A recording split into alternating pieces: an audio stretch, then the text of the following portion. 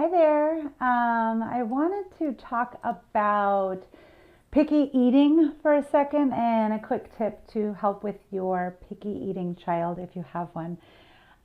First of all, know that picky eating is very common for children, and the peak time for picky eating behaviors is during the toddler and preschool years.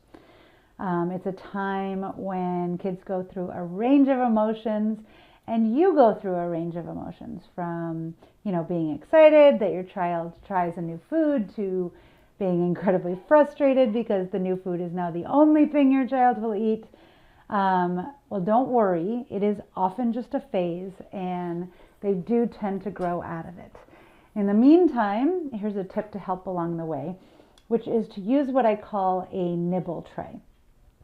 So because of their smaller stomach capacity, children tend to need to eat more frequently. Consequently, their behavior is often worse when they have gone a long time without eating. And you can shorten the amount of time between meals and snacks by using a nibble tray. So what that is, using an example of an ice cube tray, take an ice cube tray and fill each compartment with something different.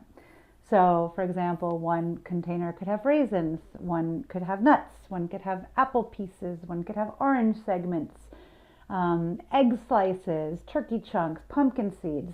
What have you. Fill each container, so there's usually 12 ice cubes, so 12 different items filled in each segment of the ice cube tray.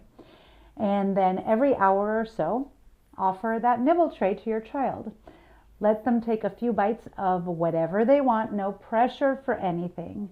And of course they will start with their favorite, but that favorite probably won't be there the next time, so they'll have to go for something else.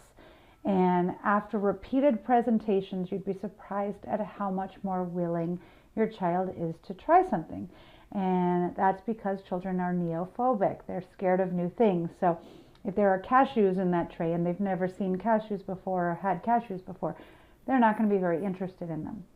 But if there's always cashews in the nibble tray, by the 10th time they get presented with them, they may be willing to try them, especially if they're not being pressured to do so.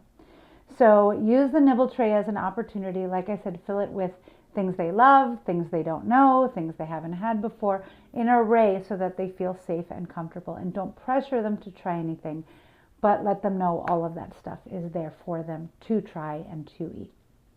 I hope that helps.